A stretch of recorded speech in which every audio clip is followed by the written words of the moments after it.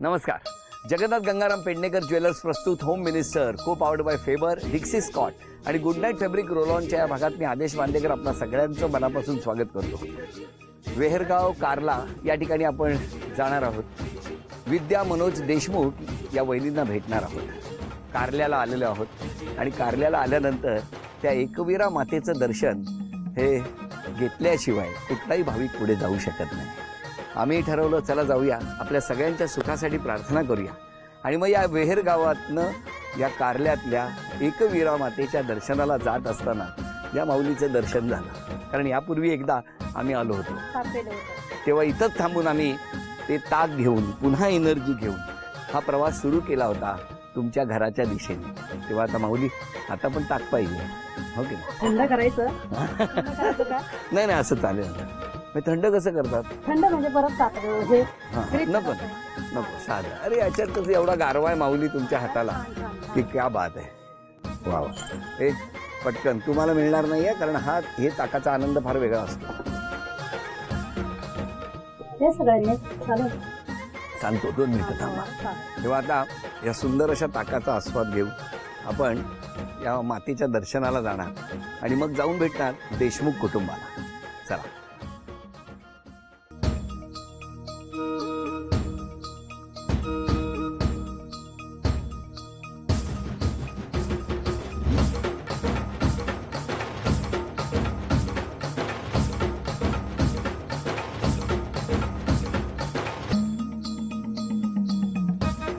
नमस्कार. नमस्कार सगळ्यांना. नमस्कार.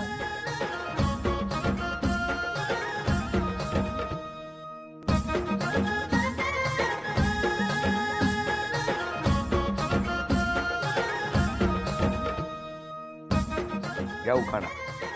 तू सुख करता, तू दुःख हरता, ओझरता तू विघ्न हरता. जसे शिर्डीचे श्री साई, तशी कारल्याची एकवीरा आई. मनोजरावांचे नाव घेते मी, अमित अथर्वची आई. होम मिनिस्टर मध्ये सहभागी करून घेण्याच्याबद्दल आदेश भाऊजी मी कशी होऊ उतराई. अरे बापरे, अभिनंदन. द्या ओळख करून सगळे. हे माझे मिस्टर मनोज. नमस्कार.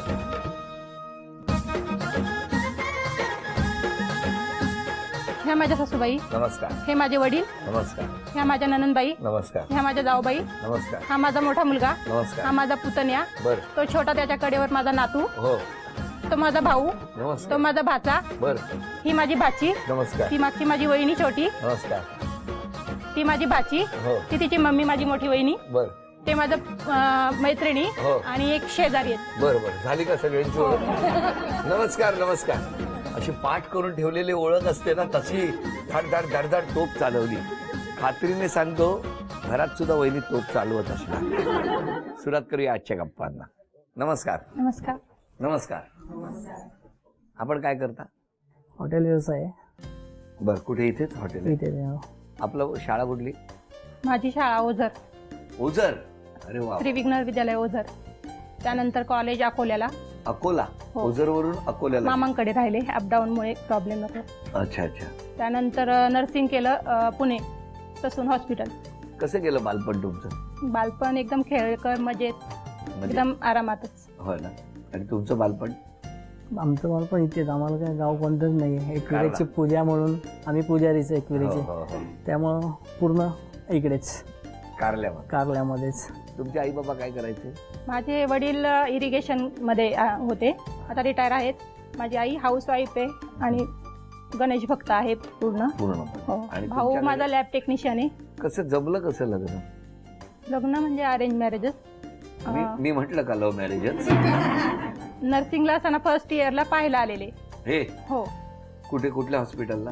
हॉस्पिटलला घरी आलेले, घरी. सरस मागणी घालायलाच आलेले. मग माझं इच्छा लग्नाची अशी नव्हती. मी बोलले की माझं ट्रेनिंग कम्प्लीट झाल्याशिवाय मी लग्न करणार नाही. तुम्ही कसं काय गेले तिकडे? हे तसं नात्यातून एक आमच्या भावाचे साडू आहेत, त्यांच्या ह्यानी तिथपर्यंत आम्ही गेलो. हो. ओझर पर्यंत. आणि मग तुमची तयारी नव्हती का? नव्हती. का? मला ट्रेनिंग कम्प्लीट करायचं होतं. भलेही व्यवसाय करायची वेळ आली असती, पण ट्रेनिंग कम्प्लीट करण्याचं इच्छा होती. मग ते केलं? थर्ड इयरला असताना परत आले. जवळजवळ कॅन्सलच झालं होतं लग्न. मग ते बोलले की ट्रेनिंग तू लग्नानंतर पण कम्प्लीट करू शकते. बरं.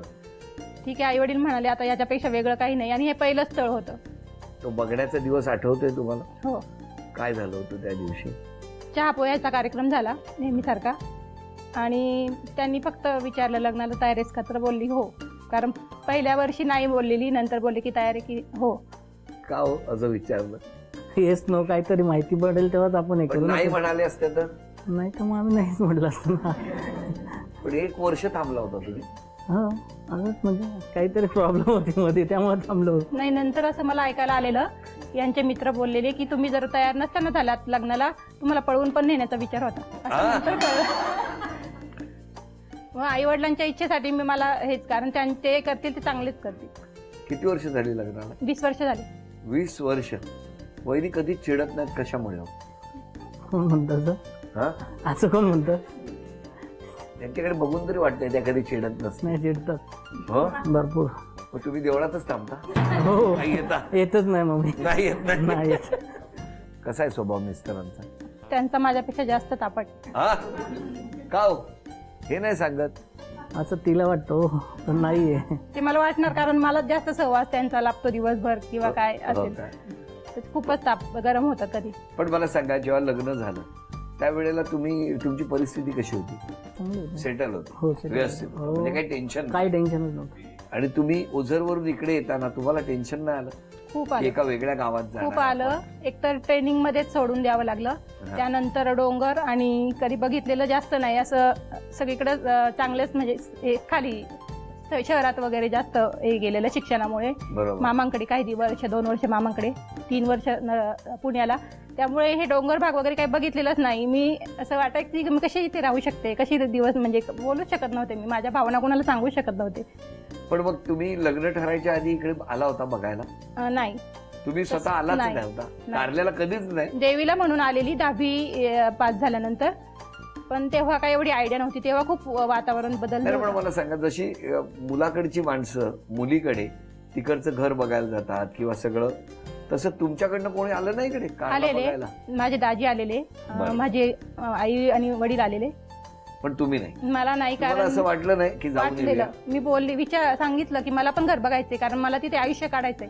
पण आई वडील बोलले आपल्यामध्ये मुलींना अगोदर घर असं नेत नाहीत, कारण आईला माहित होतं हिने एकदा ते घर पाहिल्यानंतर ही नाहीच बोलेल. डोंगरावर असल्यामुळे थोडीशी मी नर्वस होते. इकडे हो, पण एक बाजू होती की एकविरा देवी आहे म्हटल्यानंतर मला काही एवढं हे नव्हतं, टेन्शन नव्हतं. मी आईच्या इच्छेसाठी खास आता म्हटलं की कसं वाटतंय आता 20 एकदम वर्षांनी? मस्त मस्त. तुमचं काय म्हणणं आहे? तसं त्यांचा विचार होता की डोंगर भागात राहायचं म्हटल्यानंतर दडपण येतं, तसं तुमचं काय होतं? आमचं काय, आता आमचा जन्म जिथे झाला म्हटल्यावर आम्हाला काय काही प्रॉब्लेम नव्हता? प्रॉब्लेमच नाही, आम्हाला इथे राहणंच होतं. तुम्ही पहिलीच मुलगी बघितली आणि पसंत केली? नाही पहिले बघितलेले, हा, हा पण ते नाही असं पसंत वगैरे आले नाही. मग मला सांगा, इतक्या मुली बघितल्यानंतर यांची जेव्हा तुम्ही निवड केली, जेव्हा काय कारण होतं? काय होतं असं काय नाही, वहिनी? तिथलं त्यांचं घर, आई वडील यांना हे सगळे व्यवस्थित हे असल्यामुळं तिकडे आम्ही. अच्छा, मुलगी तुम्ही बघितलीच नाही? म्हणजे मुलगी आई-वडील- पाहिली ना, नाही नाही त्यांचे स्वभाव सगळ्यांचे स्वभाव व्यवस्थित असल्यामुळं काही प्रॉब्लेम नव्हता? काही प्रॉब्लेम नाही. आणि यांचा स्वभाव कधी कळला तुम्हाला? त्यांचं लग्न झाल्यावर कळला.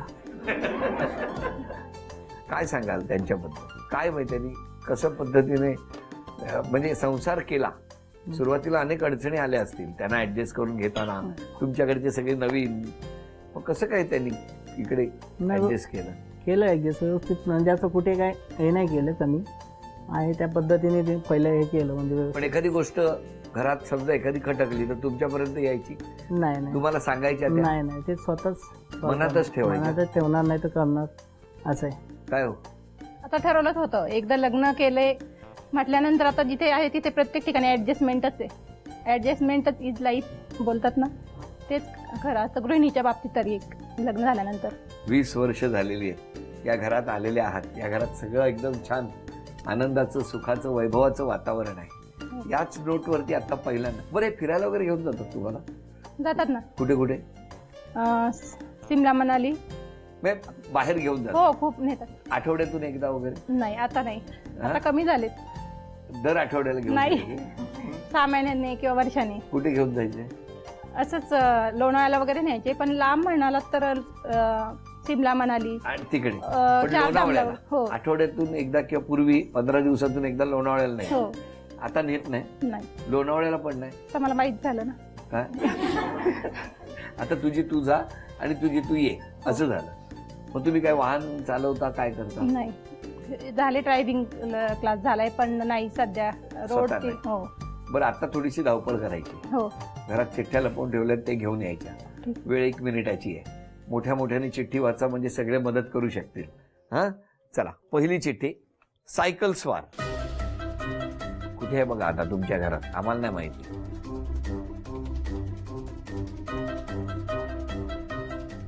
दहा सेकंद झाली. दाल में कुछ काला है. सांगा, ओरडून सांगा तसं करेल. शिवराज्याभिषेक.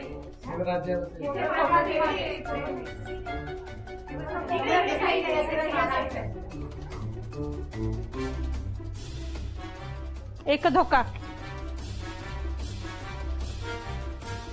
10 9 8 7 6 5 4 अभिनंदन. हे चांदीचं नाणं तुम्हाला मिळालं.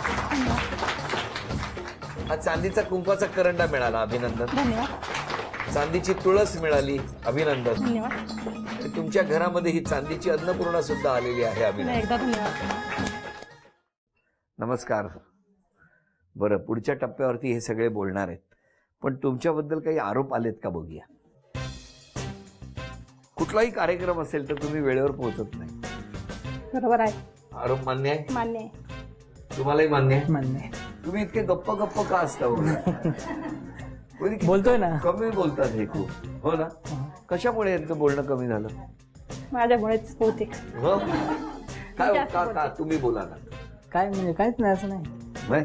बरं, मला सांगा, कार्ला हे गाव आहे, हा, या गावाविषयी, या देवीविषयी जरा आम्हाला सांगा ना. काय देवी म्हणजे एक जागृत देवी म्हणून आणि एक स्वयंभू तांदळापाषाणाचं अर्धपीठ एकविराचं स्थान आहे. नवसाला पावणारी म्हणून एकविरा ही जगप्रसिद्ध अशी ओळखली जाते. कोणाचं एक नवस बोलला ना तर पूर्ण होतो, असं एक आहेच ख्यातीचे देवीची. हो हो, असं एक हे स्थान आहे एकविरा देवीचं. चला, एवढं तरी बोलले. मंदिरामध्ये देवीची पूजा पण करतात, एकविराईची आरती पण बोलतात. अरे वा वा वा. आता तुमच्यावरती दुसरा आरोप कुठला आहे तो? चालेल. शॉपिंग करायला खूप आवडते, हो मोबाईलचा खूप वापर करता. हो आरोप मान्य आहे? मान्य आहे. कामं पटपट उरकत नाहीत, हो तेही खरंय. तेही मान्य आहे. माझ्याशी बोलताना ना त्या आणि कोणी केले असतील आरोप याचा विचार चाललाय डोक्यात. गप्पा मारत बसला की इतक्या गप्पा मारता सगळी कामं राहून जातात. नाही असं नाही होत. असं नाही होत. नाही होत. म्हणजे आरोप मान्य नाही. नाही. मुलांना ओरडता? ओरडावं लागतंच कधीतरी. नाही नाही, बघा हो, ते नाही विचारत. आरोप मान्य आहे का? हो मान्य आहे. तुमच्या हातचं जेवण बऱ्याच जणांनी कधी टेस्ट केलेलं नाही, हो बरोबर. कारण त्यांना बोलवत नाही तुम्ही. बोलवते मग पण आता येत नाहीत. मी बोलवते पण येत नाहीत. प्रत्येक जण बिझी असतं आपापल्या संसारात. बरं, सगळ्यांना जरा, बऱ्याच जणांना. हो हा हो, काय बोलवणार ना. बोलवणार हो ना? नक्की बोलवणार. उद्यापासून दिवस वाटून घ्या. कधी कधी लहान मुलासारखा तुम्ही रिॲक्ट होता. मान्य आरोप? नाही. काय या आरोपांबद्दल म्हणणे? काय एवढे आरोप केले या लोकांनी? एवढे आरोप म्हणजे त्यांच्या दृष्टीने आरोप असतील, पण माझं काही स्वभाव असा आहे की मला कुठलंही काम परफेक्ट लागतं. शॉपिंगचं म्हणायला गेलं तर मला माझ्या एकटी व्यतिरिक्त कोणी शॉपिंग करत नाही घरामध्ये. मुलांच्या कपड्यांपासून मिस्टरांपासून सर्वांना मीच आणते, कारण माझ्यापेक्षा मी त्यांना जास्त आनंदी बघण्यात मला जास्त इंटरेस्ट आहे. काही गोष्टी त्यामुळे घेण्यात. हो. शॉपिंगला तुम्हाला हो. जावं लागतं. घरामध्ये काय लागलं काय नाही ते मी आणते. तुम्ही जाता? हो मिस्टरांचे कपडे तुम्ही ठरवता? हो त्यांच्या कपड्यांचे रंग तुम्ही ठरवता? हो. स्वभावात एक बदल करायचा असेल आजपासून तर कुठला कराल? मी काम जरा फास्ट उरकण्याचा प्रयत्न कराल हा. आणि शक्यतो नातेवाईकांना वगैरे जेवायला बोलवील. मी बोलवते पण वेळ किंवा काय येत नाहीत. उद्यापासून आमंत्रण द्या सगळ्यांना. या इथे या चित्रकार.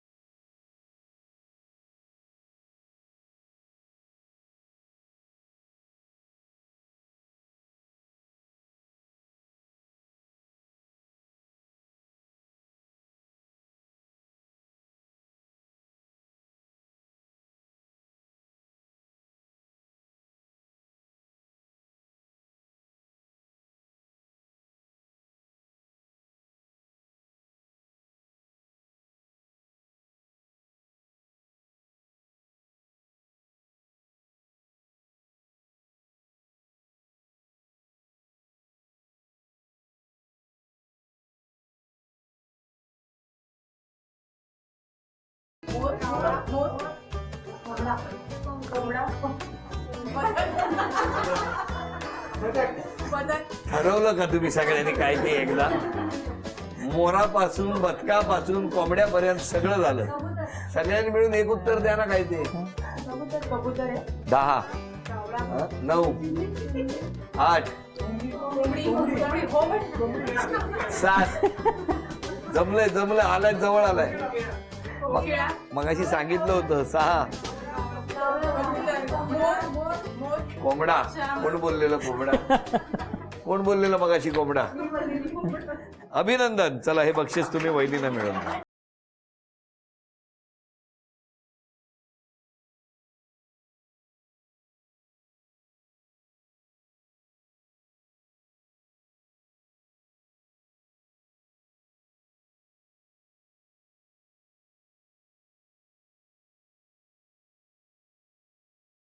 अभिनंदन वहिनी, अभिनंदन. कधी खेळलात तुम्ही लची? हो, कधी? शाळेत असताना. हो, बरं केलं खेळला. घेऊया काही क्षणांची विश्रांतीनंतर जगन्नाथ गंगाराम पेडणेकर ज्वेलर्स प्रस्तुत होम मिनिस्टर, को पावर्ड बाय फेबर, डिक्सी स्कॉट आणि गुड नाईट फॅब्रिक रोलॉनच्या या भागात आपल्या सगळ्यांचं पुन्हा एकदा स्वागत. नमस्कार. जावयांबद्दल सांगाव कसं काय?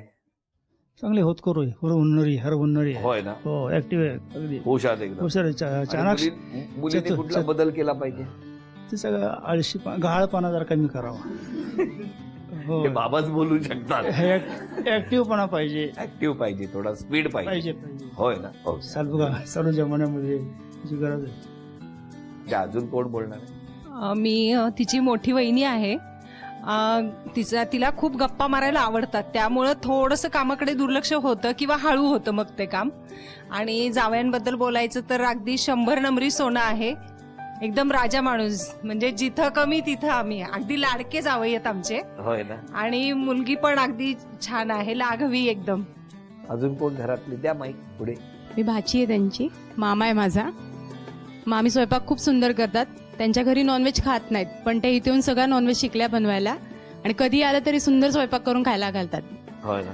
अजून कोण? सून चांगली आहे माझी, मुलगा चांगला आहे, नातवंड चांगली आहे, सगळं काय चांगलं आहे. होय ना? फक्त थोडी कुठं जाताना विचारून जात नाही, कामाचा आळस बास, बाकी काही नाही, सगळं चांगलं आहे. माझ्या नणंदबाई आहेत त्यामधल्या 2 नंबरच्या. अतिशय सुंदर गोड स्वभाव आहे त्यांचा. सर्वांची काळजी घेतात, सर्वांचा विचार करतात. सुखदुःखात आमच्या बरोबर माझी दाजी आणि ताई दोघंही उभे असतात. आता मला तुम्हाला विचारायचं, इतकं सगळं कौतुक चाललंय, मगाशी तक्रारी झाल्या, पण वहिनी आज क्षमा मागायची असेल तर कोणाची मागायची? क्षमा मागायची असेल तर प्रथम मी माझ्या सासूबाईंची मागेल. त्यांचं काही जो माझ्याबद्दल गैरसमज असेल किंवा माझ्याकडनं कळत नकळत काही जर त्यांच्या बरोबर चुकीचं मी बोलले गेले असेल तर मी मनापासून क्षमा मागते. त्यानंतर मी माझ्या आईवडिलांची क्षमा मागते.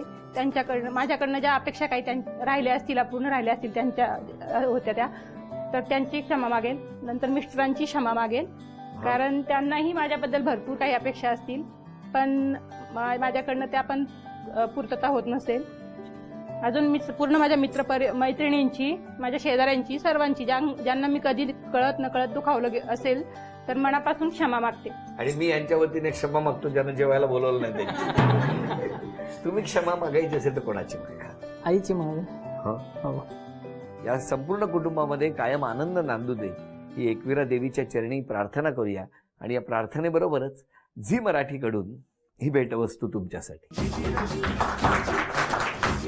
आणि वहिनींना तथास्तु पुणे यांच्याकडून मिळते आहे पैठणी. अभिनंदन.